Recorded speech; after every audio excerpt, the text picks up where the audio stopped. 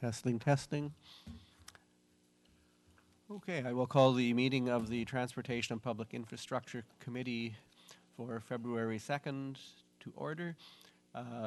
First on the agenda is approval of the agenda. I would recommend we approve the agenda with moving the, let's see, Michael, you'd want to move the...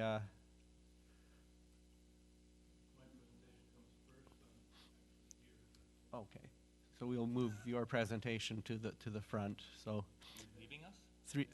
3.1 will be first on the agenda then.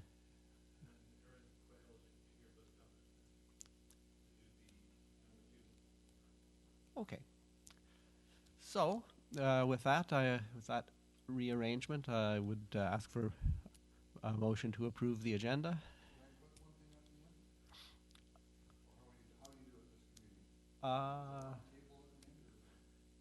Is it an agenda item or?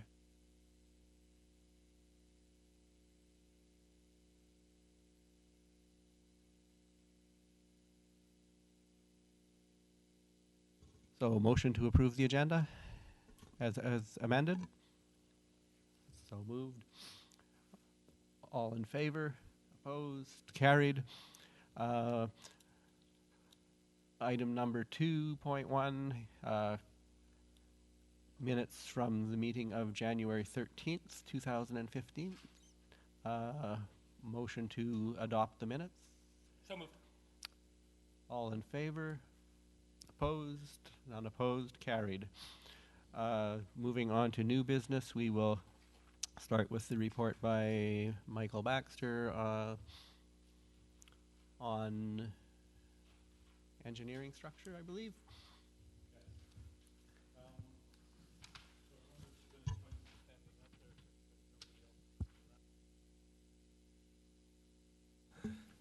And you've all got it in front of you. Actually, sorry, just before. May I just ask?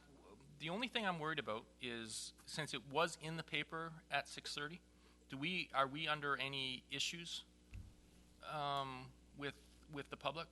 Like, are we violating anything? I just want to be clear that we're not starting something and then somebody walks in at 6:30 and goes, well, it was in the paper that we were starting at 6:30. I didn't realize it was in the newspaper. Yeah, it was in Saturday's paper. Yeah. I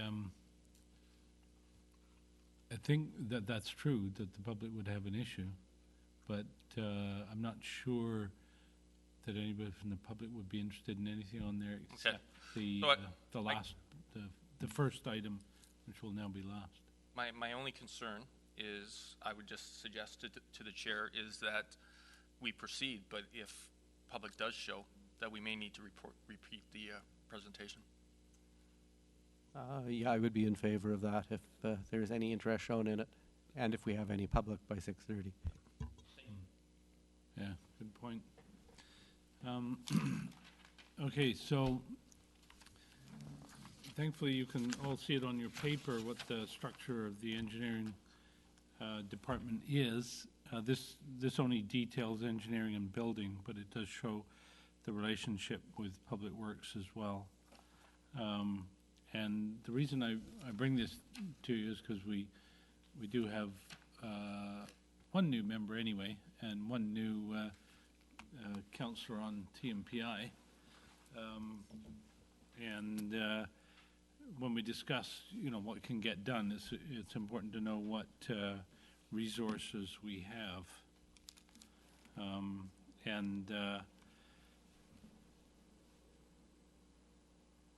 That's the current staff names and all of building and engineering.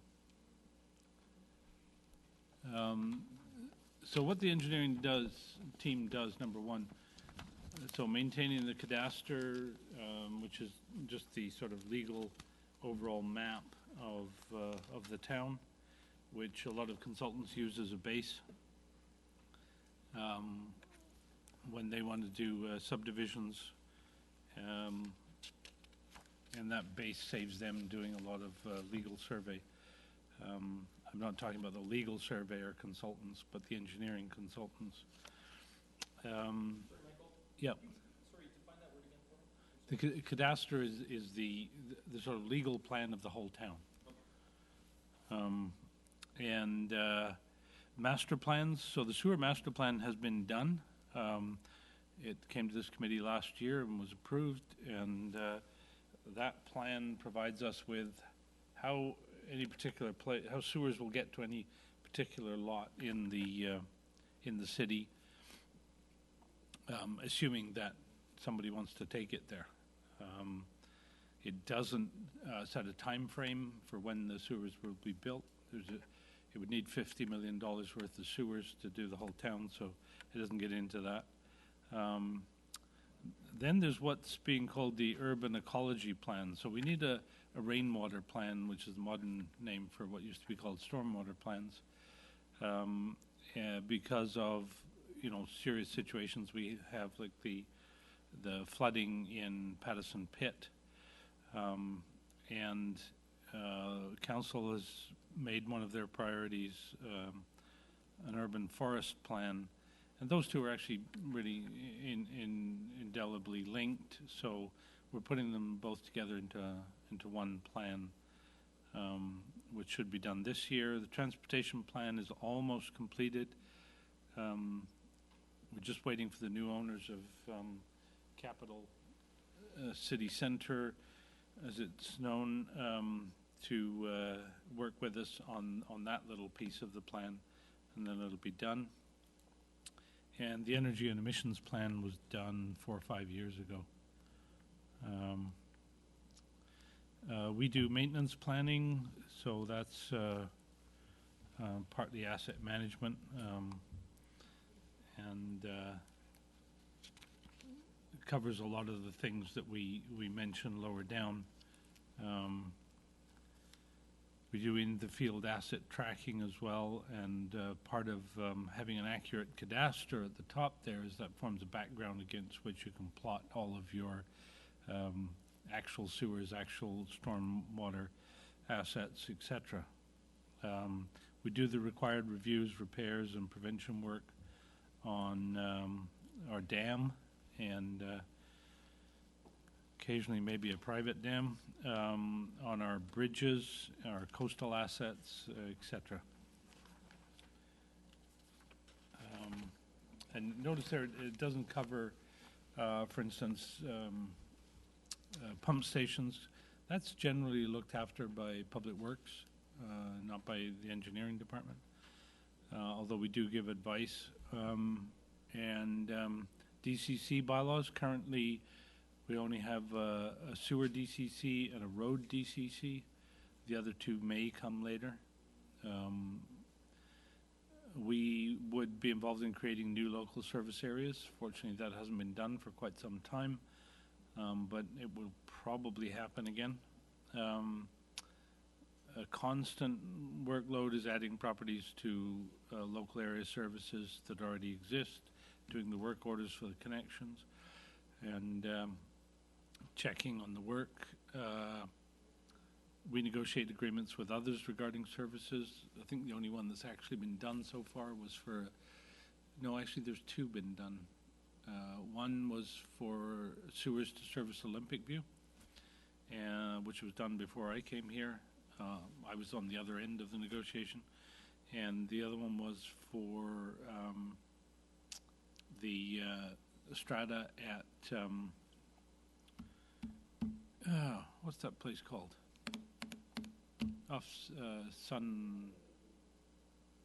big apartment building there, the corner of Kelly and VMP. Brittany? What is it? Brittany? Sorry, the Brittany Strata Complex, for them to get service through Langford for sewers. We assist the finance department with the parcel tax process. We do capital projects in support of the master plans, local area services, and any other specific things council wants to do. We do energy and GHG monitoring and improvements. We're required to review subdivision proposals for conformance with the subdivision and servicing development bylaw, and for any other issues that might be matters of safety. We review all other development proposals and give input into planning and land use. And we do maintenance work on all of our bylaws, which will be enumerated later on. We assist developers in following the bylaw, so that's usually over-the-counter work or meetings with them to explain things and to follow up to make sure they do them. We assess prospective developers who need an awful lot of information about what the situation is here. We maintain as-built plans. We do highway use permits for anybody who wants to work in the highway. And we do soil removal and deposit permits, blasting permits. The being as-built, Michael, is that CAD as well as hard copies? We're shifting to all CAD. All CAD. Yeah. But we're not there yet. They're still working on that.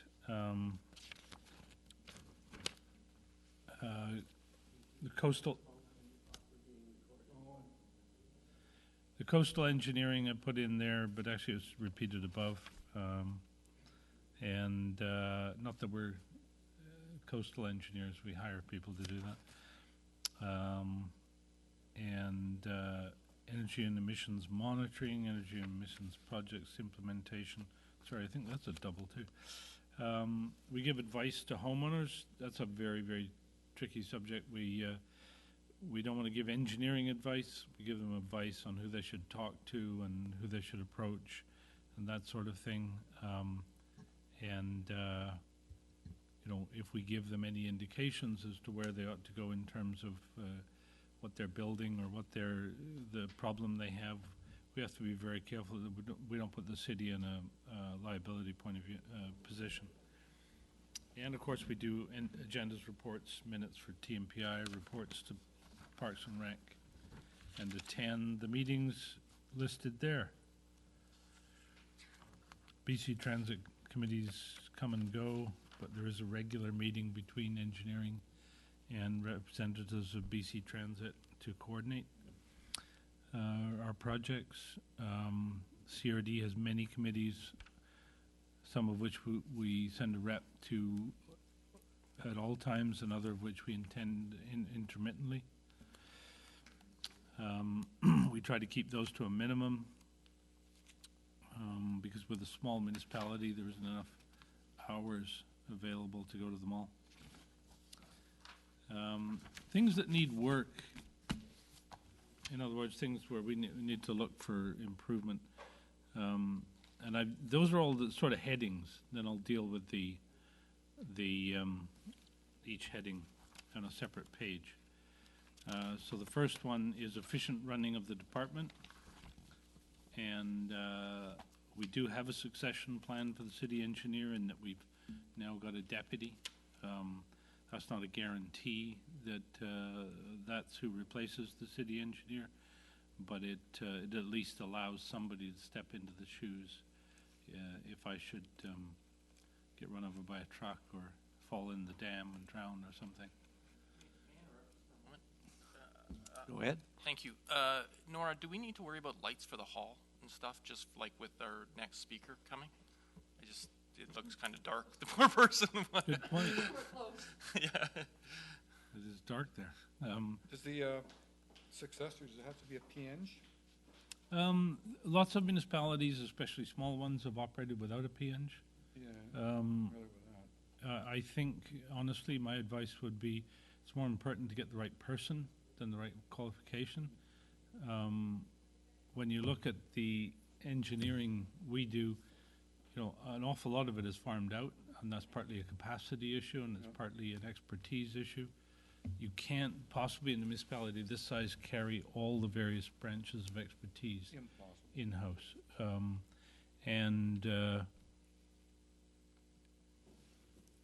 Yeah, I forgot all about that. No, that's okay. Okay, you keep up with me then. You don't want to keep enough people to hit the peaks of engineering work. Otherwise, they'd be sitting around doing nothing for too long in between those times. But we do We do need to make sure there's somebody capable of stepping into my shoes and running the show, and Emmett, of course, has done that in View Royal. The evolution of mapping, we need to keep moving with that. We're trying to get into high gear with that this year, with training and the software that's been purchased. We need to do more leadership training and various types of training. We haven't been spending our training budget very much until Emmett got here and was able to take it over, and he's organizing training for people. Somebody once said the cost of training can be high, but the cost of not training is even higher. And we need to match staffing to work levels, which we were good with for quite some time, but I'll talk about some issues with that later. And we need to improve customer service. So we did do a reorganization of administrative support so that it's coordinated across Public Works, Building, and Engineering. And this has given us more flexibility if somebody goes ill. So we try and have all three cross-trained, and Nora is the coordinator for that. So she makes sure that everybody's working to the same standards to the extent she can. We need better filing, but this is actually an issue across the whole organization. We need better tracking of issues, inquiries, and Nora's been introducing systems to do that. We never had those systems before. And our issue now is trying to keep up with all of the improvements that we're trying to introduce, which basically create more administrative workload. Customer service training will be done. We need to have more information on the website for people. And this is where this is the only area where we have a problem with mismatch between work we need to get done and the staffing. Every other part of the work we have sufficient staff to do, but we've actually we had in the budget last year for an additional administrative person, and long story, but that we didn't fill that because of a retirement that took place. We wanted to see how that worked out, but we've put it in the budget for this year, because we think it's beyond question now.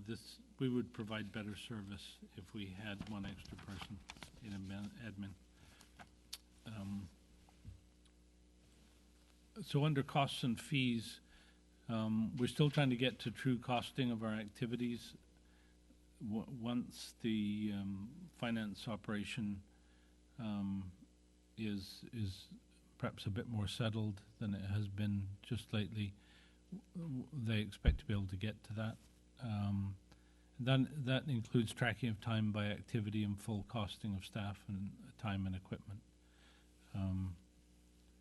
It's still true to say that we don't really know the full cost of anything we do. And then with all of that information, it would be easier to make the decision whether we need to increase fees to match true cost or to match others, or whether indeed they could be reduced in some cases. We do try and reduce our energy costs. We're constantly looking for opportunities to do that where it will save money. And we found a few of those so far, but we don't bring them forward unless we're certain they are going to save money in the long term. And we need to work to avoid large future costs. So we do transportation planning to make sure that we don't make poor decisions when we get developers to do frontage works, etc. And of course we have to deal with external agency impositions such as the CRD sewage treatment, which we're doing our best to get a handle on and get the cost down, or at least get the cost not to go up. And of course climate change planning is part of that. The external agency in that case being all of us. Improving efficiency, we need data on how long processes take. And of course, we're part of all of the processes that happen in planning, so that's got to be done with them. But if we don't get good data on processing times, we won't be able to see the trends over time. Are we getting better or are we getting worse? And do we need to take action or do we need to encourage the positive trend? And establishing a baseline allows you to know whether you've improved or not. And as part of all of our processes, if we can get real-time access for staff, council, applicants to where things are in the process, everybody will save time. The next one is improving understanding. So that's the understanding that the public has of what we do, what we can provide.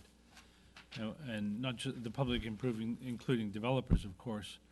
So we need to provide better online information. As I said, we could provide displays in the foyer, explain what we do, why, when, and at what cost, and explain how customers can achieve what they want. Provide workshops for developers. If we did all this, it would actually cut down staff time to explain things to people if we provided all those resources. But we need to get there.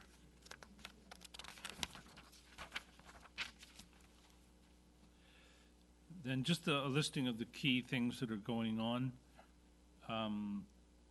The Kelly Road project has reached a stage where had the public input. Committee of the Whole will actually get the results of the costing exercises that have been going on because it's a budget item and they're probably going to be the first ones to see it. The central sewers work is about 2.3 million. That needs to start this year. Sewage treatment, of course, is an ongoing major time take. Lagoon Bridge is ongoing. Ocean Boulevard and the pump station. We've got to get an answer to that this year. Lookout Dam and the other bridges is being, the Lookout Dam was inspected and we were given a list of work to do over a year ago, and part of that work has been done and it's in the budget to complete that work. And the other small bridges and large culverts will be get their 5-yearly checkup this year. The Transportation Master Plan, as I've said, still coming to completion. And as a result of that, we will also update the road DCC bylaw. Updating means definitely changing the list of projects because some of the projects that the bylaw is associated with have already been done. And there may be differing priorities. But updating also means recalculating, and that calculation will be, of course, brought before committee and council to see what list we want and how much of them we want to build with how much we want to of them that we want to build and collect money for at this time. The urban ecology plan will result in a new stormwater DCC bylaw, perhaps. Because there will be projects that come out of that need to be undertaken, and council will have to consider whether it wants to impose that or not. The road asset management plan is needed because Colwood's roads last phenomenally well without a great deal of maintenance, but they are getting to the point where that we can't expect that to go on too much longer. In the past, there's been very little money spent on road overlays in the recent past, and that was partly a budget balancing exercise after the calamity in 2008, but it probably needs to restart. And the road asset management plan will tell us exactly where to start and how much to spend. We need to update our subdivision development servicing bylaw. It's as old as the municipality. and it's very difficult to read, very difficult to use, doesn't even exist in digital format. And we're not getting what we want out of subdivisions without a lot of work. There's a labor saver right there. That's scheduled for this year. Colwood Corner, you may have seen, that we're changing the look of Colwood Corner through that development that's taking place, the Royal Bank and the Rexall, and depending on what gets approved in the budget, there'll be more improvements in that area. The new Parks Improvement DCC bylaws, I say, possibility as yet, depends where council wants to go. A vehicle replacement strategy is already in place, but needs to carry on. It's really reduced our use of gasoline because we're using vehicles that are much more up to date, and it's also, and diesel I should say, and it's also made our vehicles much more reliable. We need to update our soil bylaw, or update our blasting bylaw. They're really out of date, but those are well down the list, as you can see. We need to figure out how to extend the sewer system, but it's unlikely that will happen before the other sewer initiatives are complete. And we need to do a lot of work on visitor information, but I believe our communications person has taken that on, and we will just be doing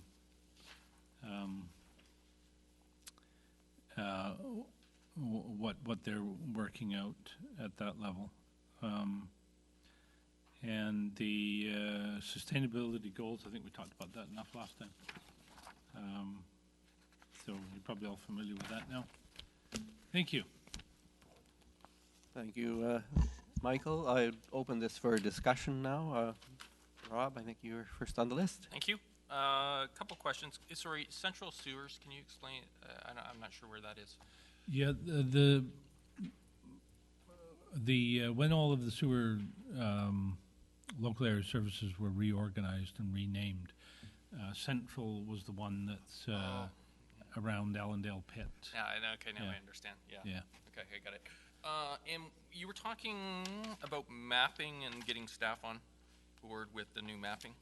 Yeah. Are we anticipating somebody new for that, or will that No. fall within the structure you've got right now? And who were you thinking? Rhonda. Oh, Rhonda will be doing the mapping. Yeah, we've put Rhonda in charge of that, and that seems to be going well. Planning does some work on maps, but we're the keepers of the base maps and the as-builts. Okay. And my last question, could you just like 10 seconds, 15 seconds, just sort of maybe tell us, if you go to page 2, just the chart, Yep. Could you just do a job description, like basically, not, I understand but Yeah. what their main focus is of each? Yeah. Of each Well, people? Deanna is mainly lights and signs. Okay, so, she does checks that all the lights are on. She does new lights. She does, provides all the purchase orders and work orders that people need to do repairs, communicates with BC Hydro, etc. And then she does all the traffic control signs, traffic control orders for signs. And there's more of those than you would think, because of course there's new developments happening all the time, and then those people need things done. And that's the majority of her work, actually, and the fees collected pay a majority of her salary. Not for the lights, obviously, but for the signs. That is also advertising sign permits, where people are putting up advertising signs for developments in our right-of-way. Rhonda does mainly mapping, but does survey work and helping out with sewer work that Erin and Rob do. So they're cross-trained there. Erin can do the mapping as well. If Rhonda can't, she can do most of what he does. Often when you go out surveying, you need 2 or 3 people. Erin does mainly subdivision work. There's a lot of work in subdivision, as you can imagine, because we have to be there right at the PLA process, right at the first referral, all the way through to the final last little details of, fixing up a sidewalk that somebody stepped in while it was still wet. We have to, sort of drive the process with the developer and make sure that everything's built to standard. And Erin and Rhonda also do work on new projects. So, for instance, Carindale Wishart. But the subdivisions are the main bulk of the work. And Rob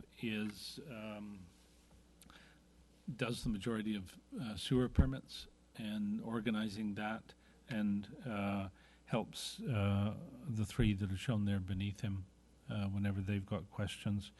And he does a lot of the one-offs, like the post box things come up. And so we're in discussions with Canada Post and determining that they actually don't have a bylaw. They don't have a federal law that allows them to put these things in our right-of-way. It appears to be the municipality's choice. So he's asked them to come and give a presentation to council or committee, because we're not inclined to approve these things without council and committee indicating that that's what they'd like us to do.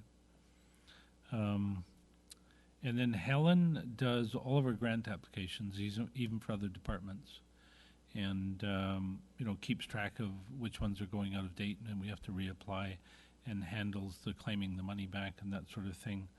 She does all of our GHG and energy monitoring.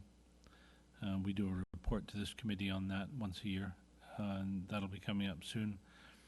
She looks after the dams and the bridges, and then again handles some one-offs that come in that need an engineer to look at. There are cases where she's kind of effectively my deputy, because I need to send a PN to deal with the dam.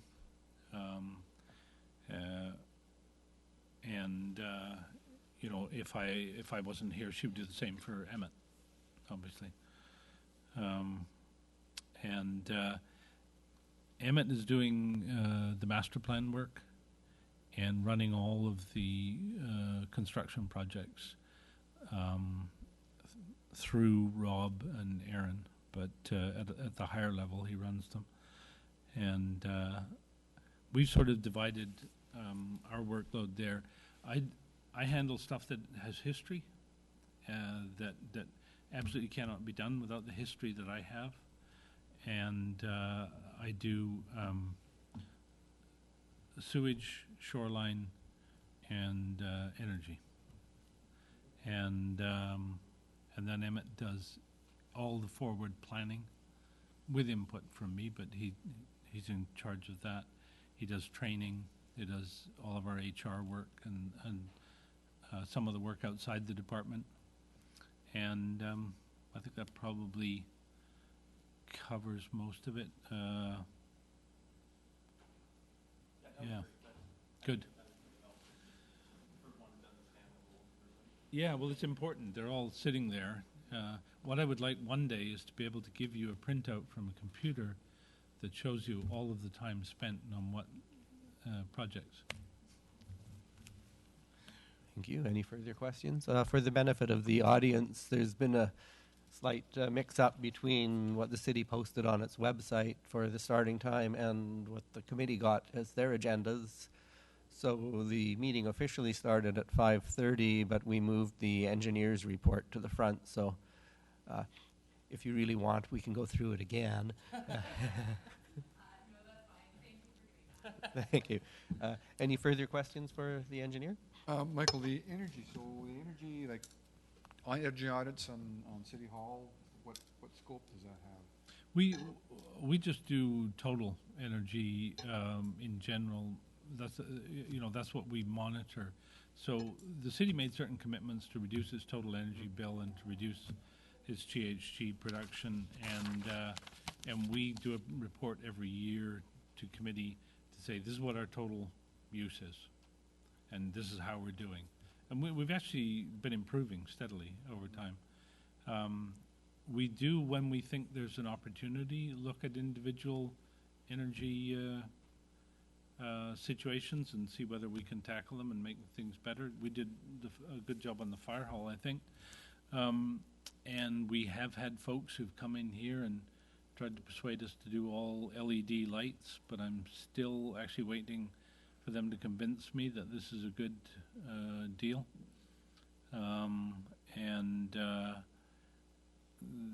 You know, if they can convince me, then I'll bring it to committee, see what committee thinks. Has there ever been an audit with the air conditioning HVAC system done here? BC Hydro did one. I don't think it was very detailed. They said, you know, for a building this size, you're pretty normal in your energy use was basically the answer. A little bit better than normal. Yeah, I'm thinking more of a comfort level. And listening to this system, it should be on what's called manual ops. Yeah. With a program running the system, obviously, but the quality of air. Yeah. It's rather suspect, I would say. Yeah, and the building has been altered since it was built, and that's when the HVAC system was designed. And as far as I know, no changes have been made to the HVAC design since it was built. So we could bring in, you know, an HVAC specialist to go through the whole thing. I've never proposed that, but the committee could put it in or ask for it to be in the budget if they want to. Yeah. Thank you. Thank you. Further questions? Thank you, Mr. Chair. Just a quick question, Michael. When you were going over the master plans there, is there a timeline for the transportation master plan? I know it's kind of been planned on being brought to the committee. I think the latest was last September, and then it got delayed, and there were more refinements that needed to be done to it. Is that something that's going to be coming forward soon, or? Well, there was a problem with at the consultant's end with somebody being ill or whatever. So that was introduced to delay. Right now, we're just waiting for Capital City Centre to be ready to deal with us and finish up that part. Thank you. Thank you. I had a couple of questions. The first was, I think I heard you say that one more staff would be in order. I assume that will be coming to budget shortly? It's already in the budget documents, and we're about to add the backup to that. Yep. Thank you. Second thing, also on the budget, $2.3 million for central sewers this year. Is that already been budgeted for, or if not, is that borrowing, new borrowing? There is a borrowing bylaw in place. It's no cost to the city. It's all being paid for by the property owners of central sewers area. Thank you. And the other question is, just how old are our road DCC charges calculations and the sewer DCC charge calculations? Sewer DCCs only go back about 3 or 4 years. And we don't have a free hand to change those whenever we like because they were mandated by the province as part of the deal to settle our sewer system issues. The road DCCs, I think, are at least a decade old. They might be older. Thank you. And the final question is on I really like the idea of a road asset management plan. When I first started council back in 1999, we had such a computerized plan, and council, in their infinite wisdom, continually cut funding to do the required maintenance. I'm curious whether we'd have a maintenance deficit with our road system, and looking forward to seeing something like that on the books. Any further questions? If not, I'm going to call about a 2-minute recess. Rob wants to check with with Pat whether he may have a potential conflict of interest. On the next one. But I'll do a motion to receive this one first. Okay. Motion to receive. Discussion? All in favor? Opposed? Carried. Thank you. And I will call about a 2-minute recess.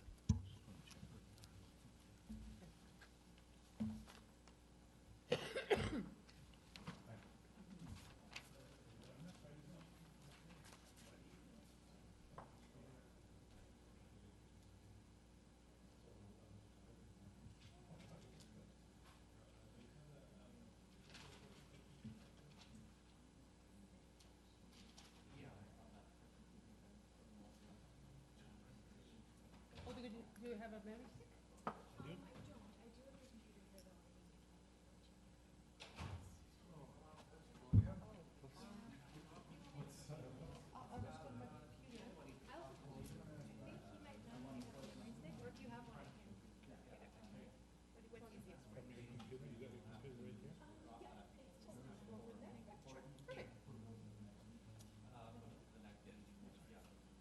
I told her who you were. No wonder she smiled. Hey, wait a minute. You didn't talk about me. I almost married you. Yeah, I did. No, you didn't. Oh, what you, well, I've already explained that. You and I did.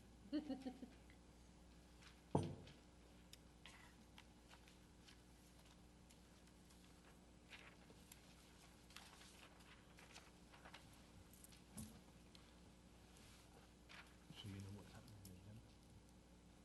Okay,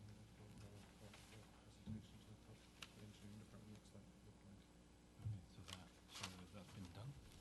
Yeah, there's a copy right there. And we're working backwards. Okay. Because we think this guy's going to turn up at 6:30. So, Or possibly even 7. warning labels on gas pumps. Yes. Rob doesn't know the conflict on this one. Yeah, well, I guess he owns a few oil wells or something. I don't know.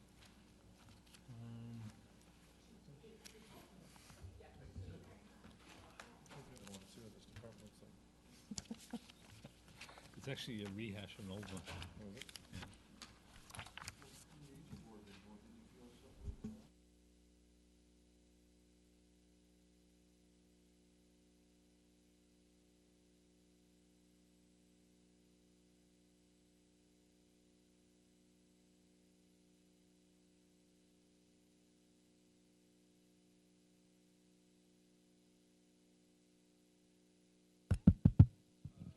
Okay, yes.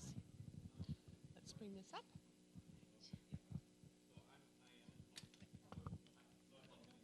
No, I've got a little thing here for you. Well, there's only maybe So thing is, and if you hold it down. Okay, I will call us back to order. Councillor Martin has declared a potential conflict of interest with the next item on the agenda, so has excused himself. Lilha Chong will be taking over as our alternate on the committee, so we keep a quorum. So we will now move on to items 3.1, frontage improvements 2350 and 2356 Sooke Road. Sorry, Mr. Chair, I believe when we altered the agenda. There's this. And then this is your. Then you can get it going with the slide, new slide. Okay? Oh, and this is yours. Okay. Maybe I'll call Rob back then so he can listen to this.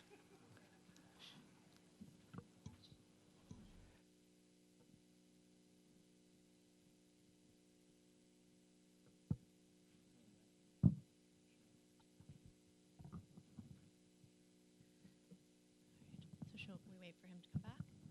The other counselor? Okay.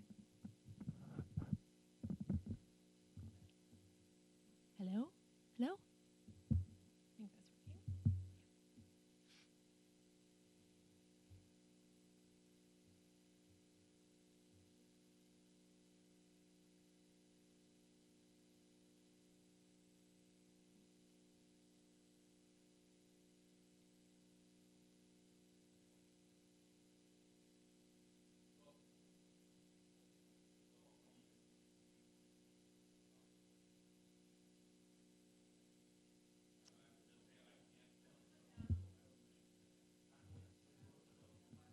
So we don't mind waiting if you want to just move on. I don't think it's a big deal.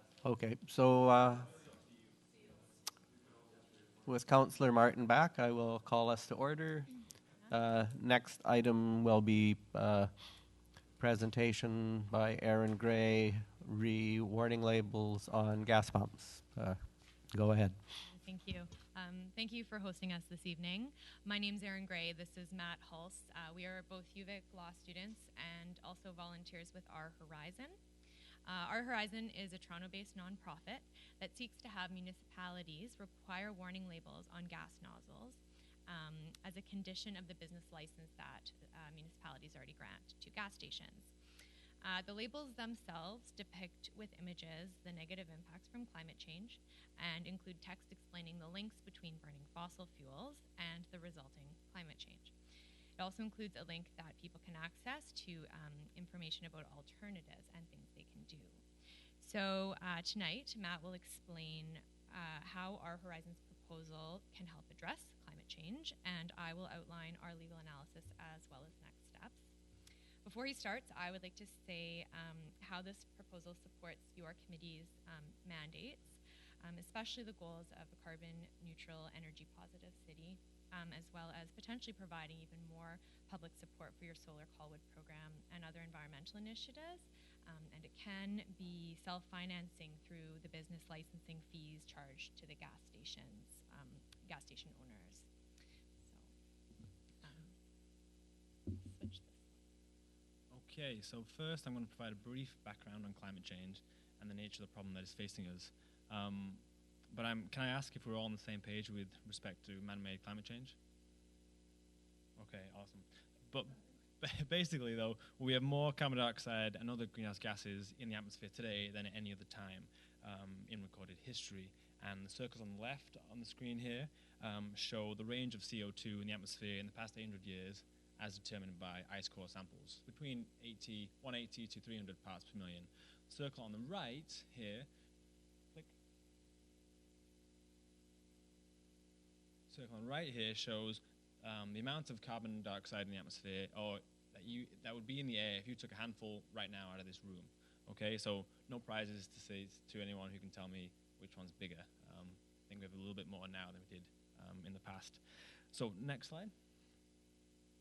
So the problem is that we're putting too much carbon dioxide in the atmosphere from consumption of fossil fuels. The planet is warming, and political consensus says that we need to keep this temperature increase below 2 degrees. Although, that being said, that's probably too much in itself anyway. But how much fossil fuels can we burn to stay under this 2-degree cap?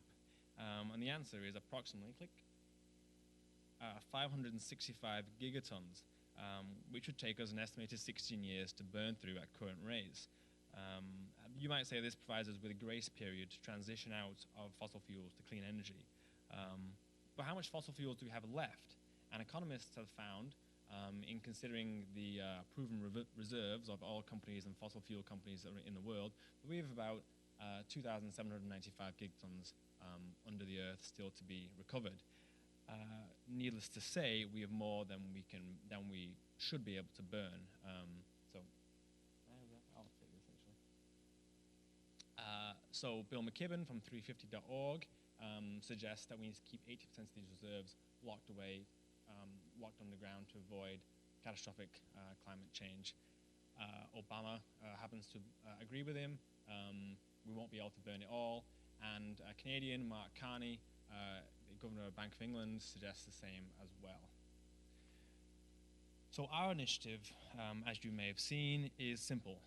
It's an effective tool that we think will help get us out of the status quo of burning fossil fuels, which is currently the norm.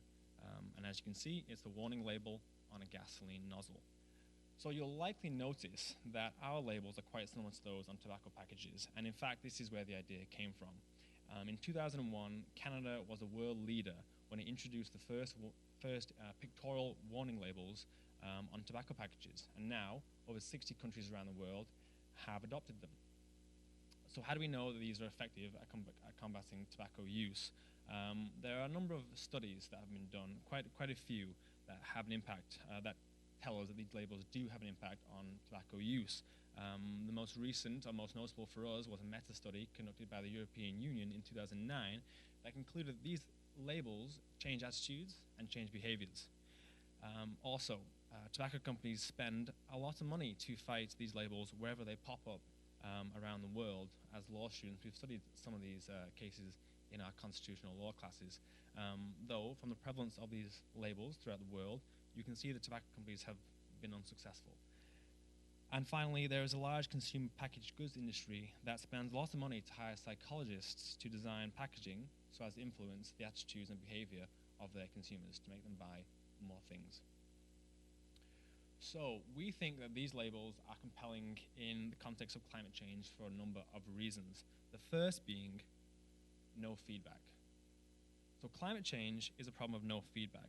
We burn fossil fuels today, and the consequences are experienced years down the road, perhaps not even in the place that the fossil fuels were burned. Without direct and immediate feedback, we are less likely to make appropriate changes. This is known as current moment bias, in which people prefer interests that are small and near in time to them, as opposed to those that are significant and far down the road. This is why we procrastinate. So these labels build feedback immediately and directly when you are pumping gas. The second issue is that climate change is a problem of diffusion of responsibility. I emit a bit, Erin emits a bit, we all emit a little bit, but together, our contribution is small, but the result as a collective mass of people is quite significant. Unfortunately, when the responsibility is diffuse and shared amongst many, people are less likely to take action. This label addresses the problem of diffusion of responsibility and locates it directly, literally directly, in the palm of your hand. And as simple as this label is, there's nothing out there that connects us to the problem in such a direct, tangible manner. Finally, climate change is a problem of externalities. So we all know that the price of a litre of gasoline includes a number of costs: labor, materials, transportation, refining, etc. But there are a number of hidden costs to the use of gasoline that are not usually reflected in the price: melting ice caps, rising sea levels, damage to coastal infrastructure. These all have a cost. Now, so these are externalities, external to the price that we currently pay. So these should be included in the price of gasoline, and to some extent they are through carbon taxes. Although then we get to the question of whether we can really price in the value of extinction of species or the health of our children. And we maybe get into a place where we know the price of everything but the value of nothing. So our idea does the same thing, but in a different way. Price communicates externalities in a quantitative way, using dollars and cents. Our labels communicate externalities in a qualitative way, using images and text. And this has the potential to engage our humanity in a different way. So, our labels are a disruptive innovation. Filling your car up is normalized. It's an everyday activity that has been constant for generations. And we foresee our labels will make people uncomfortable with their role in climate change and will result in two outcomes. First, at the individual level, there may be some behavioral change. A person may take a bus or ride their bike. This is great, but it's not our primary target. What we're really interested in, the shift in attitudes, a collective change. So all of a sudden, we have disrupted an everyday activity and brought gasoline consumption into conversation across the community in a whole new way. People will question the status quo and will be dissatisfied with our current transportation options.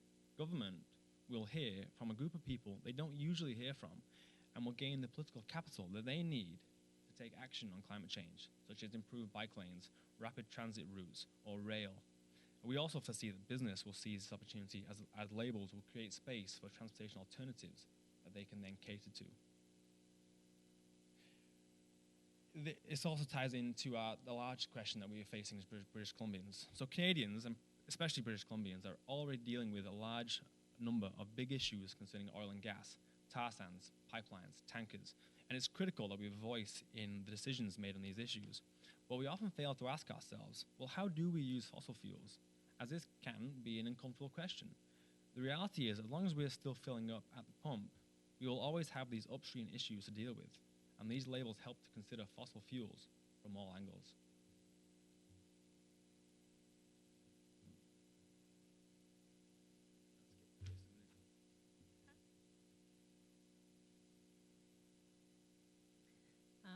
So as mentioned, we are asking cities to use their business licensing powers to impose a requirement on gas retailers as a condition of the business license that the municipality already grants. We have recently completed a legal analysis, which I believe was emailed to you or given to you tonight. and it asserts that this proposal appears to fall within the requirements of the business licensing power provided by Section 15 of the Community Charter. We are happy to discuss any of the legal report with you further if you have questions. So the idea has been endorsed by a number of organizations, including the David Suzuki Foundation, Toronto350.org, and the Canadian Association of Physicians for the Environment. It has also been endorsed by over 100 academics, many from UVic, UBC, and SFU. Please check out our website for a list of all those people and what they had to say about the idea. So the map at the top of this slideshow shows the countries that have warning labels on cigarette packages. This means that a good portion of the world is already cognitively primed to receive these labels, including Canada, of course. The map at the bottom shows the countries from which visits to our website originate, showing that there is widespread global interest in this simple idea. So where are we at now? Berkeley, California has passed this idea into law, and it will be implemented this year. West Vancouver is bringing a resolution to the Union of BC Municipalities Conference in September that all municipalities in BC require these labels on gas pumps. They're also bringing one to the Federation of Canadian Municipalities Conference in June, I believe, stating that all municipalities in Canada require these labels. Right now, what we need is leadership. We feel that when it comes to environmental initiatives, Vancouver Island and Colwood specifically are leaders. We ultimately would like you to consider the initiative and that Colwood Council to pass a resolution or a supporting resolution to require the labels at all gas stations within the boundaries of the municipality. So we're open to any questions you have. Thank you. Thank you. I will open it to committee for questions. Any questions? Okay, Councillor Martin. Thank you. So walk me through the legalities of it. So I understand the Section 15 of the Charter, but are there any provincial or federal laws that you think may supersede the Charter? So we did look at this. Because it is a specific requirement, which is just providing information on a pump, we did not find any provincial or federal laws that apply to gas stations that would directly not allow a gas station to comply with both laws, which doesn't doesn't infringe the test for paramountcy. So no, that does not appear to be an issue. Okay. And also, we're law students, so anything we say is just legal information, not legal advice. Very good with the disclaimer. Help me with, right now, are these the yellow thing on top, is that a pretty common thing with pumps, and are they just using it for advertisement presently? They are quite common. Not everywhere has them, but they do cost about $10 to $15 if necessary. Right now, they are used for things like air miles and other oil and stuff like that. So they are around, certainly. So you have to check to see if the gas stations have them or not, but they're not too hard to find. They're called nozzle poppers. And they were specifically made for advertising. Right. So as if we were to look at moving this forward, I mean, obviously you have this example. Do you have other recommendations of what would be in something along that lines, or are you expecting that this would be a universal ad that would be at every gas station, or how do you foresee that moving forward from a municipal standpoint? And are we expected to for example, one of the things from a marketing standpoint is if you don't rotate the message just gets lost, right? So if we require that ad be there, and it's there for a year, it becomes very meaningless, right? So I'm just curious where are your plans with that type of thing? Yeah, so there are a variety of designs. They were just created for sort of demonstration purposes. our Horizon has a designer they worked with to create these. So it just depends on the municipality and if you have those resources or not. But I believe our Horizon could help out with updating them. Recently, Rob Shirky, the founder, was over on the West Coast, and he spent a day at Capilano University with graphic design class, and I think they're moving forward with creating some images. Now, that doesn't mean to say that they'll create them for you, but what could happen is BIU or Camosun or Victoria UVic could do a similar thing and create labels that you guys would like to see. So what's important to you guys with respect to climate change here in Colwood, perhaps sea level rise, other number of species here that are endangered or looking at threatened by climate change here in this municipality. So Right. it could be tailored specifically to you. You could also do a general West Coast themed example. Yep. Caribou might not be so pertinent, so Right. but something else might be. So that can all be worked out. Okay. And would that be, so you would expect that that's a relationship between your organization and the municipality? Is that, or are you expecting that once the municipality, let's say, just for theory, the municipality says, yes, we're interested in this, are you just then stepping away and moving on, or? So I will say the executive director is the sole organizer. We're volunteers, so I don't want to speak on behalf of him, but my understanding is it's very flexible and just dependent on resources. But I don't believe it took a long time to create the labels, so I imagine it would probably be fine. And with these other volunteers he mentioned. Given that we're eager to get these rolled out, Yep. we're certainly not stepping back and saying, over to you guys, see you later, that's how that goes. So I think we'd be quite interested in working with you as it progresses. Rob works on this 100% of the time. So. Okay. Thank you. I'm done. Further question? Go ahead. Thank you, Mr. Chair. A couple of questions. You say that these covers cost about, you say $10 to $15? Who are they supplied through? Do you know? There's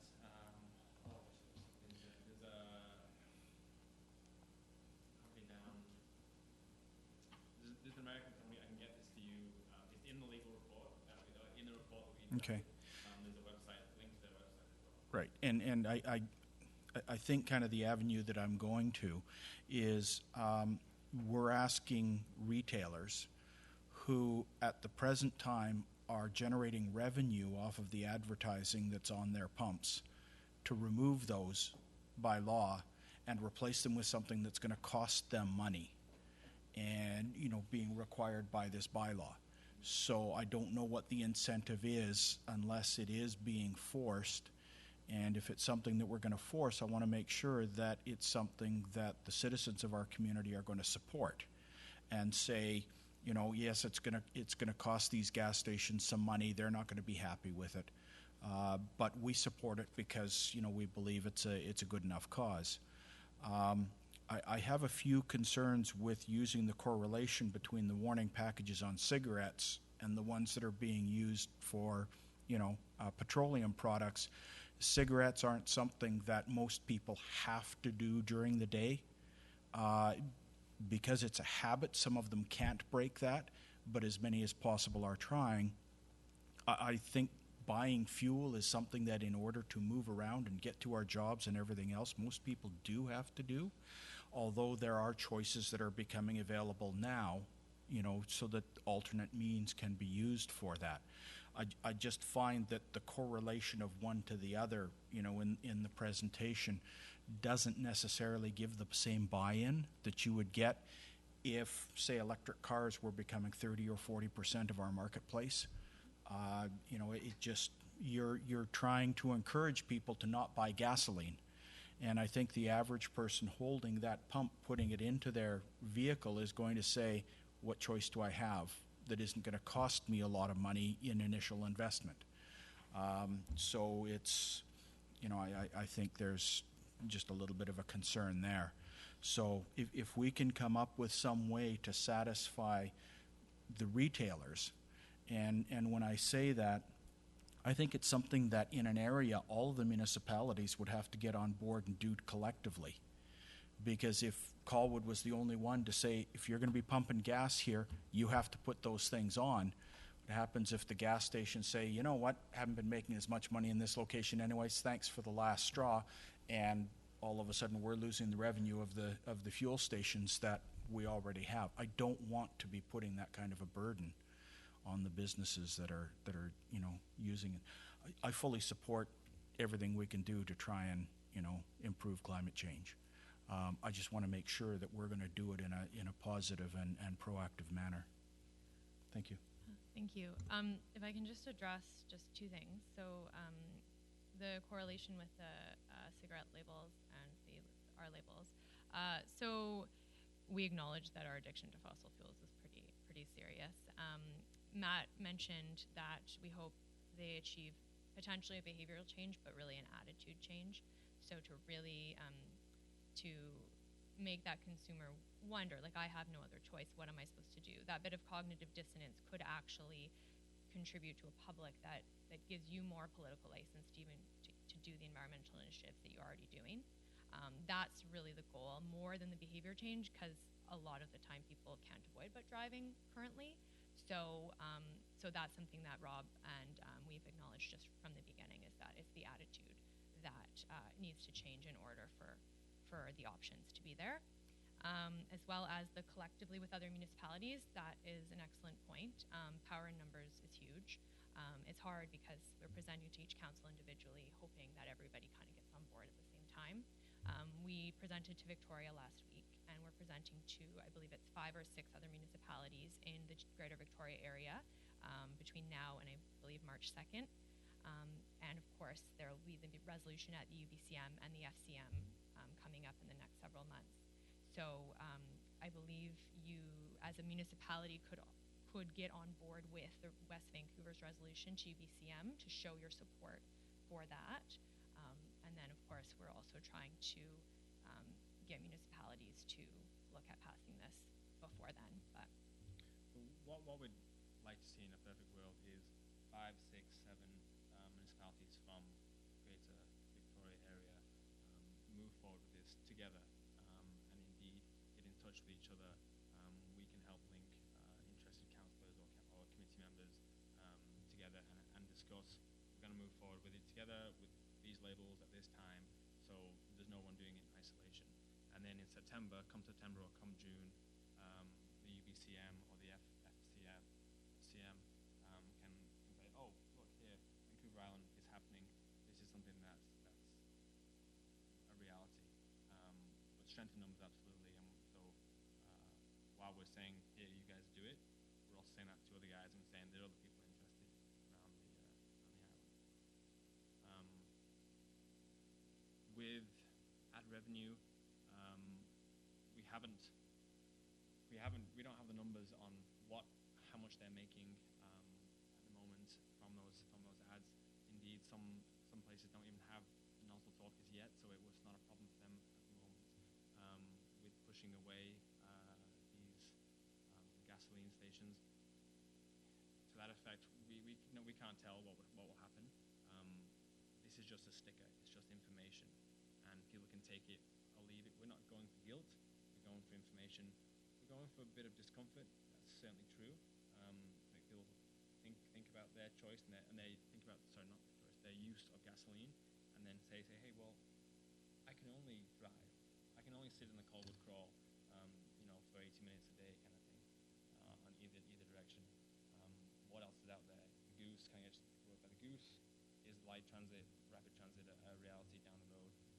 If my politicians are unsure right now, my voice might help. there's also a provision in the community charter that I believe it's a requires, not a may, for notice and consultation if something like this were to be implemented. So that's where the public buy-in and the gas station retailers could have their say also, would be through exercising that. Thank you. Further questions? If not, I have a couple for staff. How many gas stations do we have in Colwood? I think there's 3.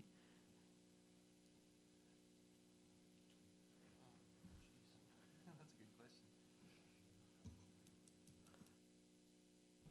Yeah. 3 and 4.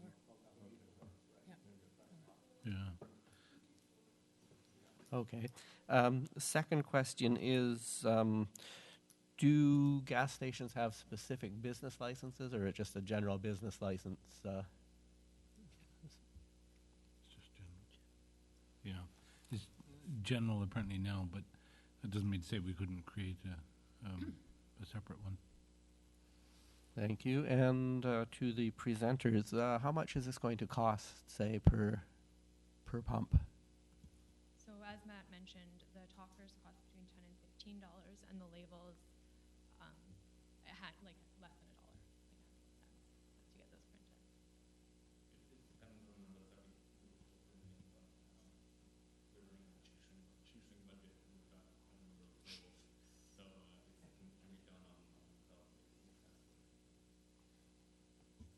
Thank you. That's all my questions. I will bring it back to committee for a recommendation. Anybody willing to jump out on the limb? Yeah, I'll jump out on the limb. I'll look to staff to help me make a reference to council. What do you guys think? How would I phrase that? If you want to support West Van in their resolution that they're suggesting to UBCM, as I don't know a great deal about how UBCM works, I would suggest some kind of wording like this. Recommend to council that staff be directed to inquire of West Vancouver as to how Colwood can best support their initiative regarding nozzle topper labels and bring this information back to council. Sure, I'm happy with I'll make that motion. But the thing is, if Okay, you don't have all the municipalities, We have a motion on the table. We will have discussion on that motion now. Go ahead. Me? Yeah. Yeah. Well, it's just if we don't have all the municipalities on board, here's Colwood out there, the lone bastion that has these labels. Well, it doesn't make much sense to me. May I respond? Councillor Martin? So the motion right now is UBCM is the Union of British Columbia Municipalities. So that motion will come forward at UBCM. So what we're saying is we'll support that motion, and then they'll vote on it. So all the municipalities in BC will vote yay or nay on that. So what we're saying is, as Colwood, we're willing to support West Vancouver's motion to take it to UBCM and then let it go to a vote. So hopefully that answers that question. Go ahead. Thank you, Mr. Chair. Just one last thing. From a perspective of timing, I think this is something that may take some time to implement, even if it goes to UBCM and gets the approvals from them that all of the municipalities are going to get involved.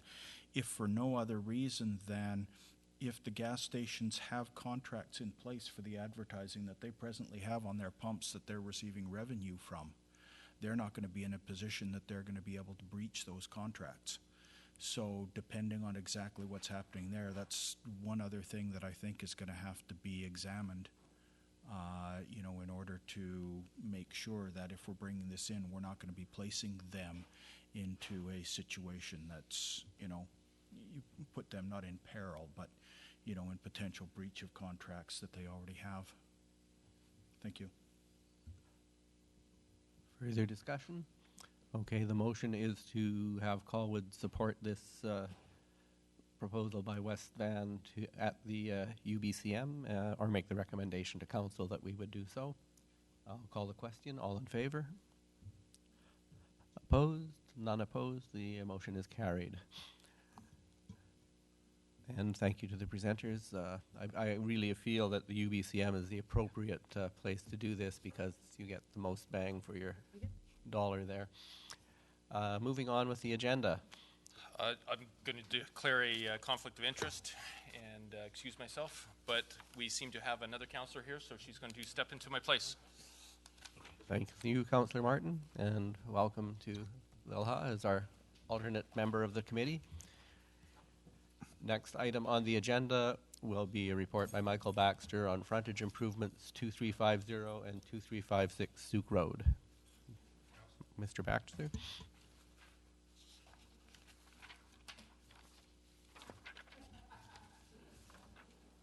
Okay, going to talk to this map. Yeah, sorry. Let me.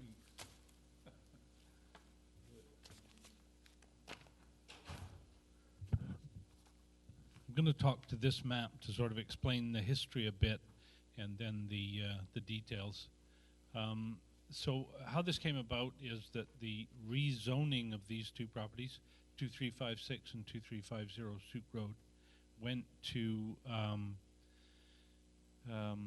planning and land use, and in that, as part of the rezoning conditions, engineering suggested that a sidewalk should be built around the corner to the bus stop. The bus stop is roughly at the top of the map on the left there. The sidewalk is shown hatched blue. Yeah, I hope everybody can see that. You can see it best right in front of the 2350, and then it just carries on around the corner. There's a little deke around an installation on the right at the point of the radius there. And then we suggested the sidewalk should go as far as the bus stop for obvious reasons. Beyond that, there is no sidewalk and not likely to ever be.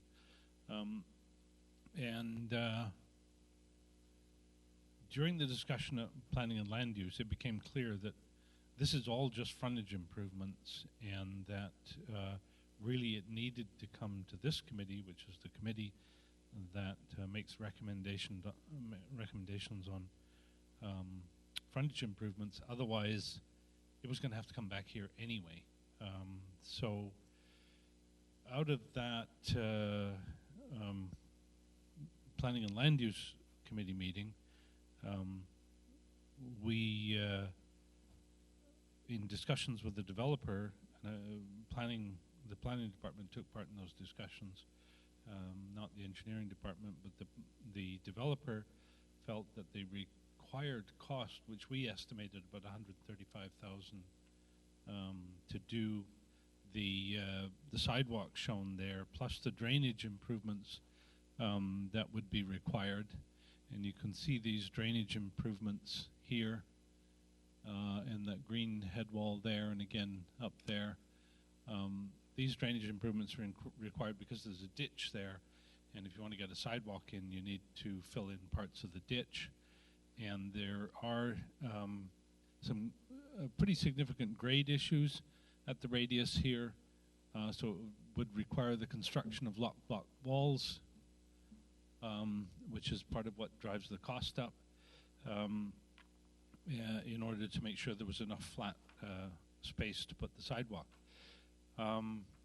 So we estimated $135,000 to do all of that work, including a couple of street lights on the Sooke frontage. The developer felt that he couldn't do all of that, and has asked that it be reduced to about 60% of that, which we did on a cost basis, and that would mean that the sidewalk would come only to the zebra crossing here, which is still a useful piece of sidewalk to have, as it gets you from the zebra crossing past the as you can see, there's something parked on the road right of way there, which would normally impede pedestrians. But with the sidewalk established, nobody would park on the sidewalk without getting a ticket. And so it makes it much easier for pedestrians who want to access either the crosswalk or the bus stop. Now, I've been asked what would be the cost if the entire frontage improvements were done all the way around the corner.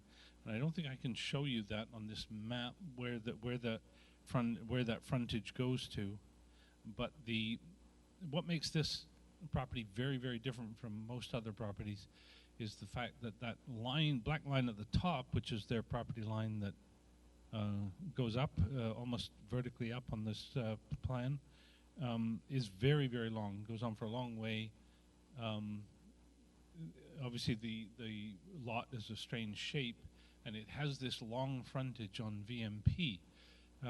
When you think about businesses as a competitive business, or development as a competitive business, and you look at what any of the other lots along there would be to do frontage improvements for, it'd be pretty cheap by comparison. Whereas this pair of lots, unfortunately, have that long side frontage, which really puts the price up. So $187,000 if one was doing frontage improvements all the way around and there was nothing already existing. Fortunately, the curb from here, which is a slightly lighter line, already exists. And the lighting for the VMP already exists. There's no sidewalk, though. So if you just looked at doing the frontage improvements necessary to bring the frontage round to the bus stop only, up to standard, that would be $135,000. The 60% of that 135 is 81,000, which takes you to the zebra crossing, as I said. Now, these numbers are our estimates. The actual cost for the developer to do that depends on a lot of different things. The developer obviously would face the actual cost, whatever it is, lesser or greater. So I hope that answers the questions that were sent to me and also makes the situation clear. Thank you. That clarifies it quite a bit. Just one quick question for you while you're up there. The greenery toward the bottom of the picture from the property line, I assume that is all provincial right-of-way? Yeah, the provincial right-of-way, they usually take it to end at the point of the radius, which is why they've curbed that far when they built the road. But there's no actual legal division. It's all the Queen's Highway, and these things are just established by convention. And one further question. What is the white structure that requires the deviation of the sidewalk? I think that's a water installation. No, it's... Yeah, that's a traffic control box with those traffic lights. Is the applicant in the audience? Would you care to comment to the... please come to the microphone if... Okay. Thank you. The main reason why I went for this is because it's not my property. It's the highway's property. I've offered to buy the property. They won't sell it to me. For me I've already went to my broker about financing the project, and when I first came to it, you guys gave me 3 things, and all 3 things were going to total over $350,000 to do, and it's like, well, I can't build. No one's going to loan me money. So what ended up happening is, because it was $110,000 I was quoted for the sidewalk from excavation, and then the sewer, to get sewer into it, was supposed to be, you guys quoted it was so much per meter, and it was around $100,000. And then you wanted rainwater management as well, and it was coming out at around $100,000.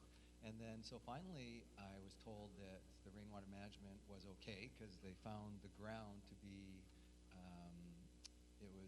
it would displace the water well. It wasn't a problem or something because it's all soil or it's rock or gravel or sand.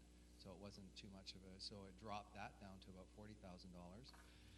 The sewer, you guys came up with an idea that we could do a pumping system, and then we could do a smaller pipe to run it through the highway and across to where it is on Veterans. And that supposedly had dropped down to around $40,000 or $50,000. The highways now coming around the corner, it's disturbing to me because that is a dumping ground. If you go look there, it is full of people's filing cabinets, there's tires, there's papers, there's all sorts of stuff dumped in the ditch all the way through there. So I'm paying something to beautify something that just makes it easier for them to dump. It doesn't make sense. I've left 2 offers. Evo has my 2 offers. One offer is I'm very much against this sidewalk thing because it's not my property. I will never see this sidewalk. But I gave you a second offer, which was if you do help me with this, then I will clean that whole area up. I will fill in the ditch. I've given you a picture where I'd put trees there. It's easy for the highways to dig back up. I can make that whole corner look beautiful for landscaping and stuff, but I wouldn't be touching it. It would just be grass or cobblestone, whatever you wanted, and then trees around the corner.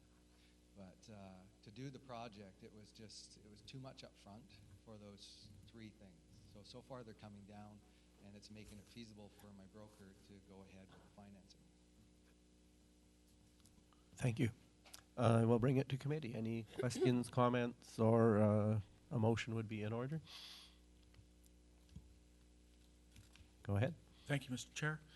I actually took the time this afternoon to go out and stop and have a little walk around there just to see what issues were going to be affecting it here. And yes, there's the traffic control box. There's also the actual location of a telephone pole, which prevents the sidewalk from running along beside the existing curb, which I think is probably why there's extra costs for the lock block retaining wall, because the sidewalk has to be located further away from the actual road. I don't know whether the cost to relocate a pole by a couple of feet would be more than what it would cost for all of the retaining wall work. And if that's the case, if there's sufficient room between the traffic control box for the, I believe it's 3 meter sidewalk is what's required there, or is it 4? That, I think, is a 2 meter sidewalk. So, you know, there might almost be enough room in between that. But that's not something for, you know, for me to investigate.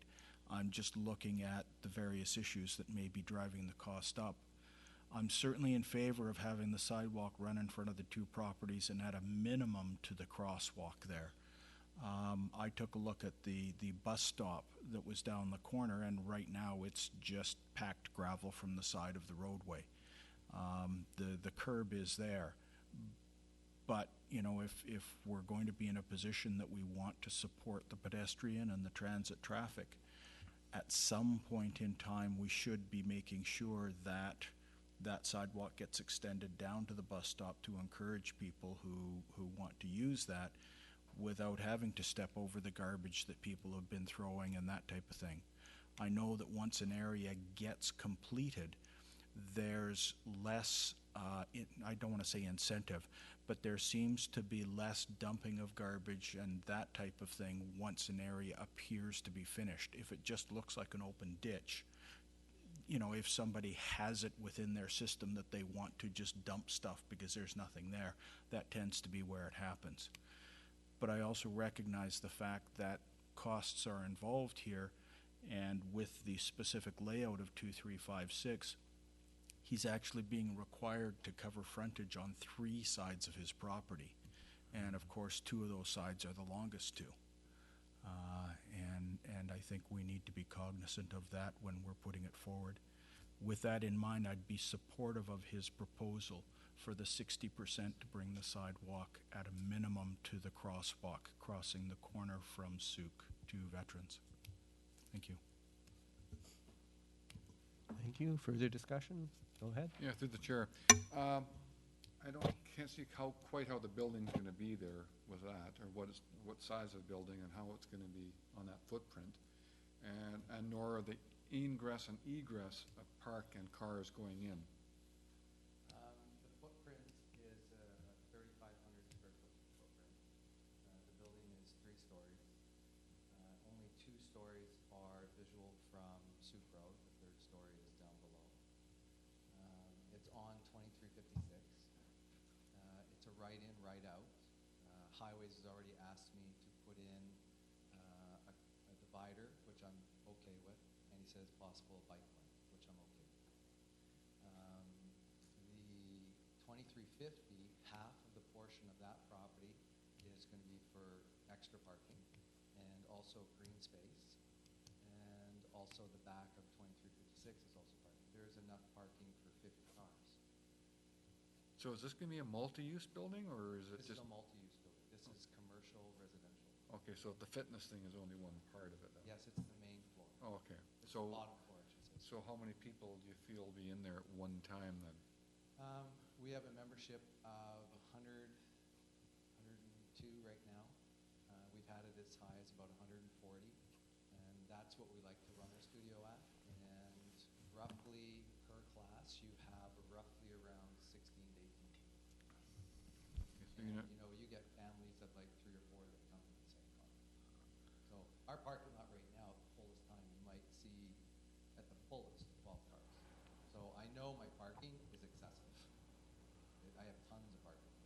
I figured I could have done it on the one lot, but I've been talking to Evo. He said it'd probably go better if you showed more parking, so we made the second parcel for the same zone.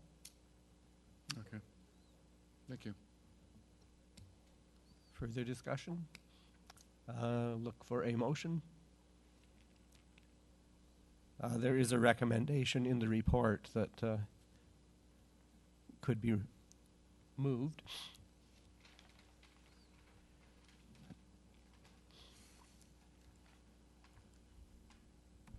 Mr. Chair, if you may, I move that we accept the recommendation, agree to the request by the developer to vary bylaw 285 and the required frontage improvement by constructing 60% of the required works. In the opinion of the city engineer, provides the greatest safety and improvement for pedestrians. Thank you. Discussion on the motion. Ilha? I just wanted to say I'm in favor of it.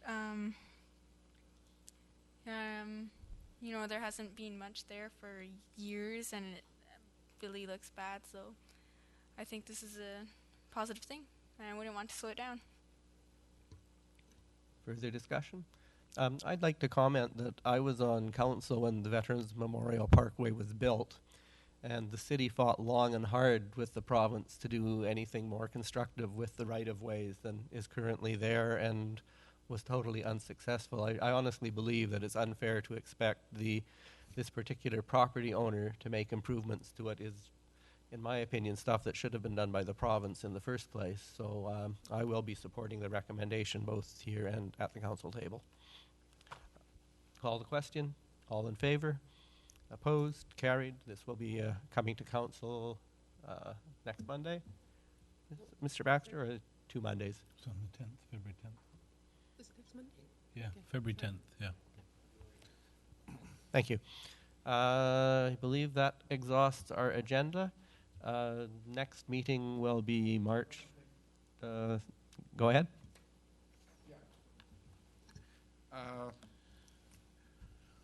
Nothing to do with you folks.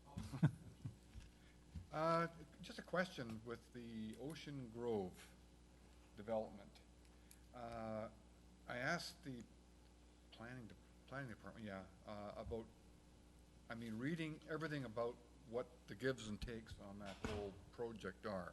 And there's things being taken away to make it more amenable to them in the whole works. The thing I can't seem to find in there is, has the sidewalks been taken out from Heatherbell to Goldfinch? Does anyone know that? Was there? Yeah, and in the new cross-section, I believe there's no sidewalk on Lagoon. Yeah, on Lagoon. So part of the sidewalk down to Goldfinch already exists, and the original requirement was that they complete from Heatherbell to meet those sidewalks coming up from Goldfinch. Yep. So that's been taken out then? Yep. Yeah, because I totally disagree with that, because it's just going to be like a gap tooth. Thank you. Yep. This will be coming back to council when the bylaws are prepared, and they will then go to public hearing. So there will be plenty of opportunity for comments on the whole project. Just clarification, it has been taken out then? Well, no, it has been proposed to be taken out. Yeah. Still, officially, it is in the legal requirement. Yeah. Okay. Ilha? Excellent. Before we proceed, should I switch? Sorry? No, we can finish it. We have to move the next meeting is scheduled for March 2nd, 2015. The time will be 5:30. Is the time set in the bylaw? That's what we were going to check. If Yeah. it is, then we can't alter the time on a regular basis without council approval, I would ask you to check into that. In which case, we would have to bring a bylaw amendment to council and so forth. We did the last meeting at this time because there was something immediately following the transportation meeting that needed the time. There was another issue that CAC right now is at 5, and we're in the process of making the change for so that their meeting will be 2 weeks out of phase with TMPI, but all the time they're on the same day. I should be in both meetings. Thank you. Myself as well. It makes it difficult. So we're probably going to go with 6:30 for a while. So I'd suggest we make the next one 6:30. Okay, so I would support these. If the 6:30 is in the bylaw, we will have to alter that. If not, we can change that when cycling or active transportation gets changed. So 6:30 will be the time until further notice.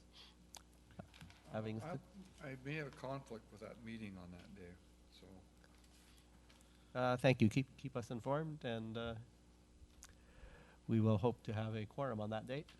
Next on the agenda is adjournment. Motion to adjourn. So moved. All in favor? Opposed? Carried. And see you all March 2nd. That's 6:30. Thank you. 6:30, precisely.